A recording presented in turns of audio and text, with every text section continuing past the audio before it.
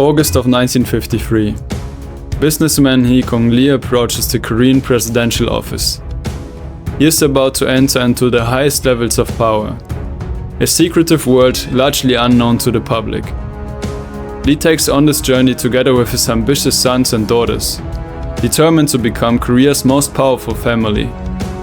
Not only setting out to crush all competition, but to reshape Korea in their own image. If the Lees can secure powerful friends in high positions, not many will dare to get in their way. But as the company grows, unforeseen problems start to appear. Competitors to Lee's claim to power were not all located inside Korea.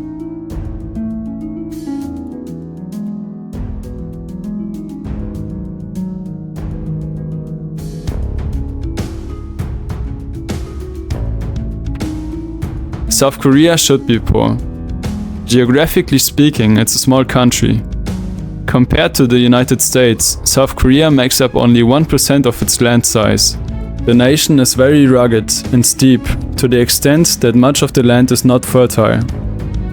In global mineral reserves, South Korea places 49th. In coal reserves, even less than North Korea. 81st in gas reserves, and dead last in natural oil reserves. Add to that a not so friendly neighborhood.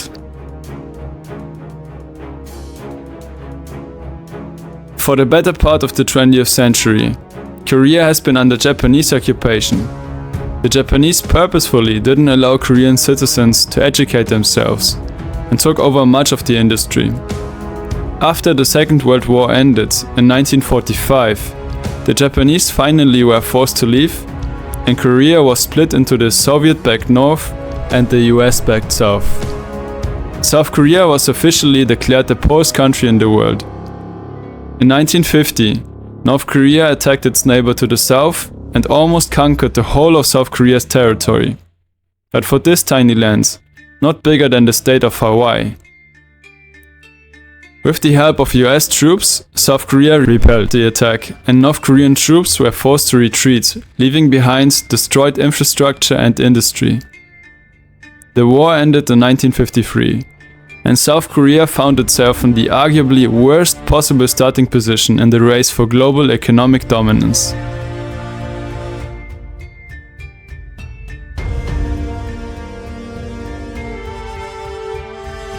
Not everything had been destroyed though.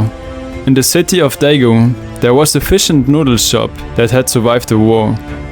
Its name? Samsung. The modest owner Lee Byung-Chul seized the opportunity and launched jae-dong, a refined sugar factory, and Chilmojik, a wool mill, meeting the high demand for basic goods in a post-war economy. This opportunistic move turned Lee into a wealthy businessman. Meanwhile, in Seoul, the government crafted a plan. At this time, South Korea was totally dependent on Allied financial aid to provide South Koreans with basic necessities, and Korean companies weren't doing enough. The first president, Syngman Rhee, made a difficult decision. Instead of supporting all small companies equally to prevent the formation of powerful monopolies, Rhee opted for another approach.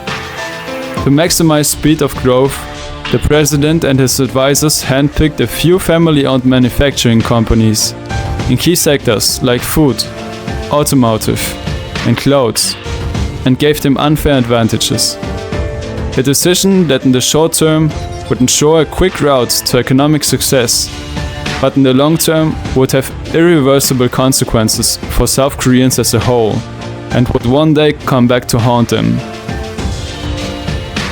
Among those first family-owned companies to receive unfair advantages was, you guessed it, Samsung. What did these advantages look like? Unlike their competition, Samsung received very cheap loans, tax benefits, got bailed out of any legal troubles, had the government build the infrastructure tailored to Samsung's needs, even funding the construction of Samsung's sugar facilities directly. The competition never had a chance. Thanks to these unfair market advantages, these family-owned companies rose to enormous wealth and would come to multiply South Korean GDP 100-fold over the next 40 years. They would come to be known as chaebols.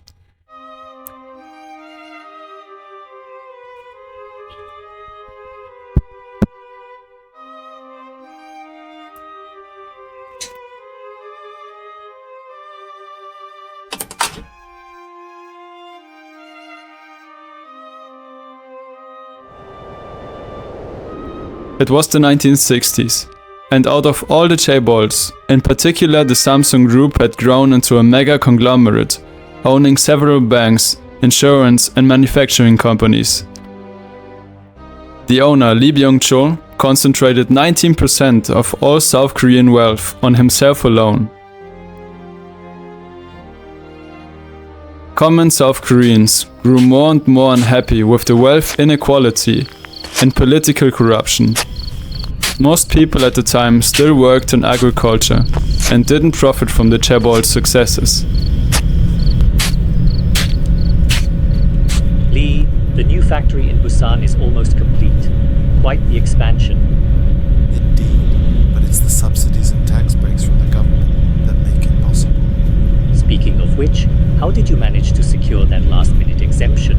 A discreet donation to the right officials' campaign fund can work wonders. The usual channels. Still, the people see us as corrupt. The workers will benefit eventually. In the year 1961, the military eventually overthrew the government, and the new president, Park Chung-hee, promised to break up the chaebols and end the corruption. But as soon as the new president rose to power, he completely betrayed his promises and bowed to the crushing influence of the chaebols. Whereas in the past, the chaebols only focused on providing basic goods to South Koreans, now the decision was made to task the country's chaebols with exporting electronics to the whole world. Being the biggest and meanest among the chaebols, Samsung spearheaded that transformation and worked hand in hand with the government. Samsung first started exporting TVs, then semiconductors, and then mobile phones. The transformation from a manufacturing-based business model to electronics required educated workers. Samsung was in dire need for engineers, managers, and accountants. And so, the education fever began. The government instructed universities to accept as many students as possible, and a complex indoctrination campaign was set into motion, convincing the Korean population that the only way to be successful in life would be to get a university degree, especially in STEM courses. It worked. Many parents pressured their kids to study and attend university. The chaebols were happy to receive a plethora of young university graduates. And the university graduates were happy because work was easy to find and the pay was good. There were loads of open positions to fill. With the influx of talented university graduates and the government backing the chaebols, Samsung managed to outcompete most other companies on the international stage and became a top export company.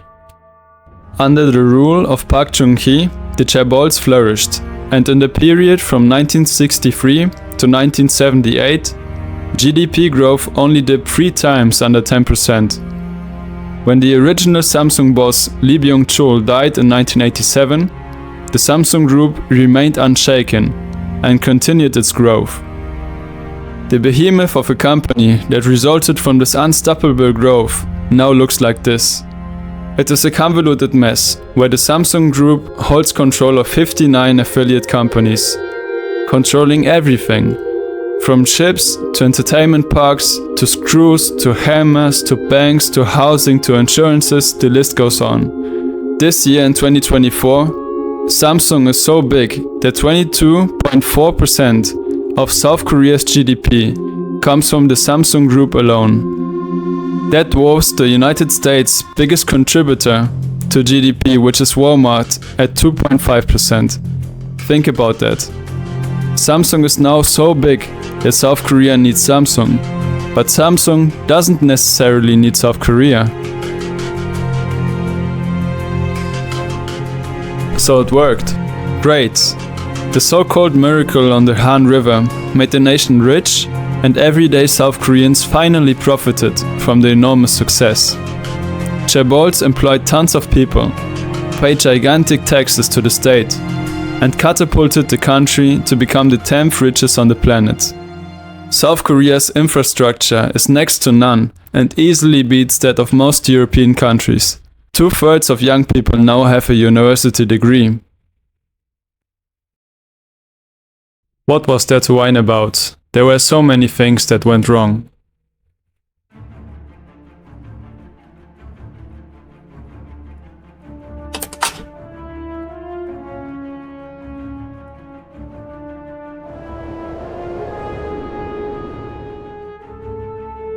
Remember the education fever that the government seeded in order to help chaebols like Samsung fill its open positions? Well, that education fever is still alive and well, but there are no more open positions to fill. While the number of yearly university graduates has been steadily increasing, rising to several hundred thousands of graduates a year, the number of open positions has been on the decline. You see the problem here? While in the past, thousands of university graduates easily filled tens of thousands of open vacancies. Now, hundreds of thousands of young university graduates are competing for just a few thousand vacancies. South Korea is the only country in the world where the unemployment rate of college graduates is higher than that of people with no college degree. 4 out of 10 graduates are jobless. And it got so bad that the government had to start a program that helped young graduates to leave Korea and find employers overseas, just to prevent these university graduates from falling into poverty.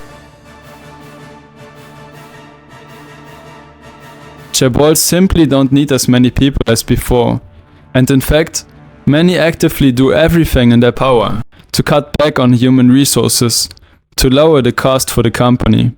Chaebols account for 84% of the country's GDP, but only employ 10% of all South Korean workers. The big companies have mastered a business model to survive without boosting hiring. The result is a hyper-competitive environment, where getting a good night's sleep is looked down upon.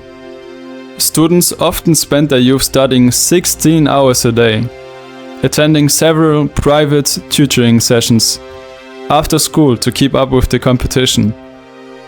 Parents pressure their kids from an early age to achieve academic excellence. 83% of 5-year-olds attend after-school tutoring. It got so bad that the government had to ban tutoring sessions for 5-year-olds after 10 p.m. A household typically spends 16% of its income on private tutoring sessions. All of that studying leads up to the Suning exam. The Suning exam is a 9-hour-long, all-encompassing exam that is offered only once a year. During these 9 hours, the country holds its breath. Teachers walk around the exam hall in trainers to muffle their footsteps. Roads around schools are shut down to prevent traffic for students arriving at test sites. Parents, friends and family accompany the students to the exam and pray for good results. CCTV cameras make cheating impossible. Police officers escort students running late to school. National news stations broadcast everything, and even planes are grounded all over the country, so the sound of them taking off is not a distraction to students. All that to have a shot at entering one of the country's prestigious universities.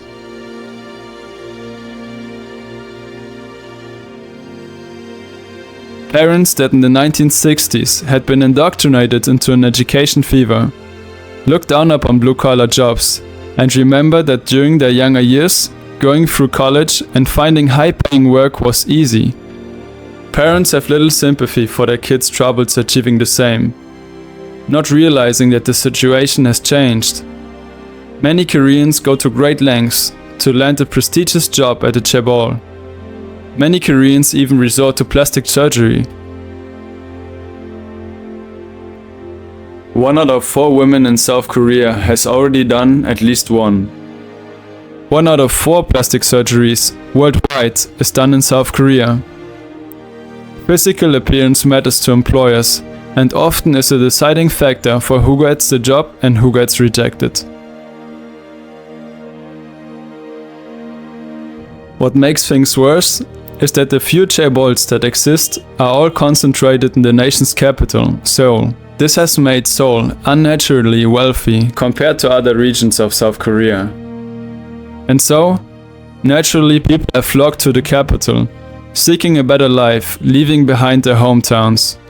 Subsequently, many of these areas have become virtual ghost towns, with universities closing down and small businesses failing due to the lack of talent. And since the majority of South Koreans live all within the small area of Seoul, not bigger than 70 football stadiums, housing prices are one of the highest in the world.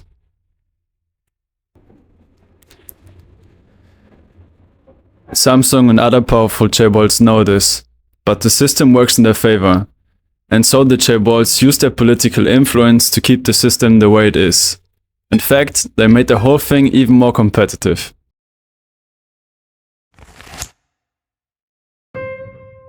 Samsung is not satisfied with a normal 40-hour work week.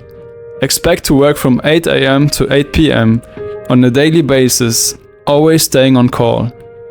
If you want to work at Samsung or any prestigious company, you can't go home until your boss tells you to.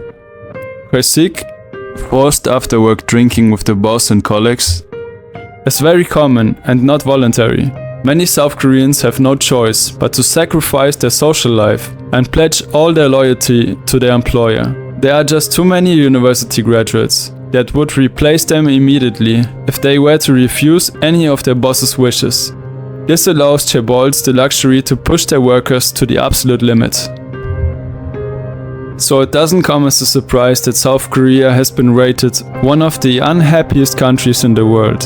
It also doesn't come as a surprise that South Korea ranks dead last for fertility rates. For every woman, on average, only 0.72 babies are born. In the capital of Seoul, the fertility rate even drops to an unbelievable 0.55. That means that after a single generation, the Korean population will be only a third of its current population. To maintain current population levels, South Korean women would need to have 2.1 children on average. The government has tried throwing money at the problem to motivate couples to have children, but without much success. The real reason why South Koreans are not getting intimate is Samsung and the work culture it has instilled into the nation for decades. You see, what started as a fish and noodle shop in 1938 now had become a company so influential that its policies not only permeated South Korean politics, but also South Korean bedrooms. It turns out you can't make babies if you are forced to stay in the office until 1 AM. And even if South Koreans had no financial burdens to deal with, Samsung and complicit politicians have molded Korean culture and indoctrinated the nation's youth to prioritize their careers above all. In this competitive environment, having a child could mean losing my edge. I can't afford that. Having a baby is on our list, but there's windows for promotions and I don't want to be passed over. I hope it's not too late when I try next year or the year after. The consequence is a hyper-competitive environment, where a 60-hour work week has been normalized and nobody is willing to sacrifice their career to start a family. This trend has only been worsening in the last few years. The consequence will be an aging population, with there being more people in their 70s than in their 20s. It is very likely that at this point Korea's pension system will collapse, as a result of there not being enough Koreans to pay for the pensions of the aging generation.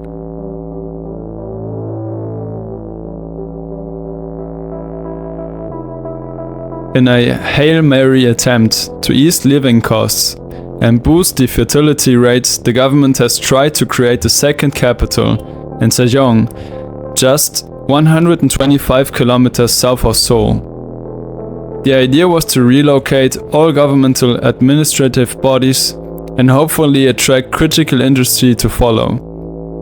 With a second capital, the hope was to balance population density, traffic and housing costs across two cities instead of one.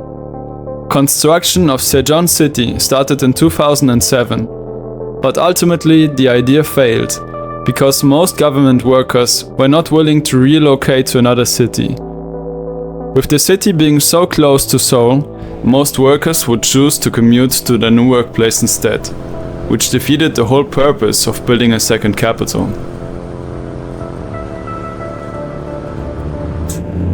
The system that had once built up the country at an unprecedented rate had turned into a dystopian hellhole of consumerism, where material wealth is valued above all.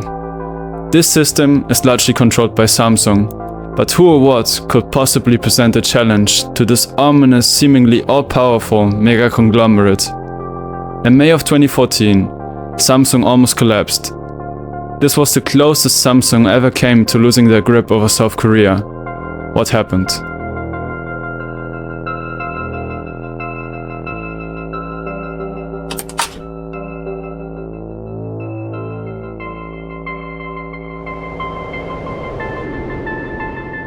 You see, the Lee family maintains control over the empire by maintaining thin majorities.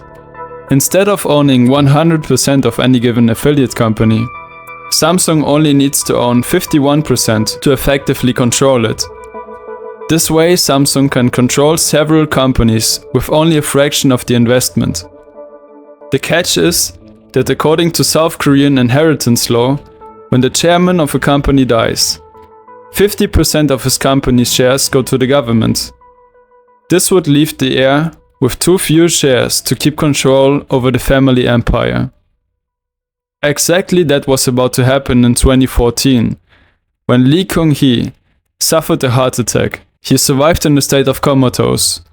While the Samsung boss's life was hanging by a thread, his children hatched out a plan to maintain control over the family empire when their father would eventually pass away. And this was the plan. The plan was to steal money from one of the affiliate company's shareholders. Brilliant. How would they go about it? The family owned lots of shares of Steel Industries, not so much of Samsung CT. The plan was to merge Steel Industries and Samsung CT and turn them into a new merged company X. The trick here was to drastically overvalue the company, of which the Lee family had more shares, so that after the merger, the Lee family would retain more control over company X than justified. Samsung CT would be robbed. To go through with the merger, Samsung needed to convince enough shareholders of Samsung CT to reach a 2/3 majority, which is needed to approve mergers of two companies. An impossible task, as CT shareholders would need to vote to get themselves robbed. So how did the Lee family pull off their plan? The Lees only owned 58.4% of shares and needed 8.3% more to get the merger approved. It just so happened that the Korean government was the next biggest shareholder of Samsung CT, with 11.6%. Quick and easy, the Lee family bribed the president with a $33 million donation and the merger deal went through. The family empire was saved. But it didn't end there. The bribery scandal was exposed. Millions of South Koreans took to the streets, and both the Samsung heir Lee Jae-dong and President Park were sent to jail for 24 and 5 years respectively. But instead of serving their jail sentences, both got pardoned by the president just 1 year after. This mirrors the legal troubles that his father went through in 2008. Lee kun-hee was sentenced to 3 years in jail for bribery charges. Just 1 year later, Lee kun-hee was pardoned. Funny enough, it was later revealed that Lee Kun-hee bribed the president to pardon him for his bribery charges. This was the closest the Lee family ever came to losing its grip on South Korea.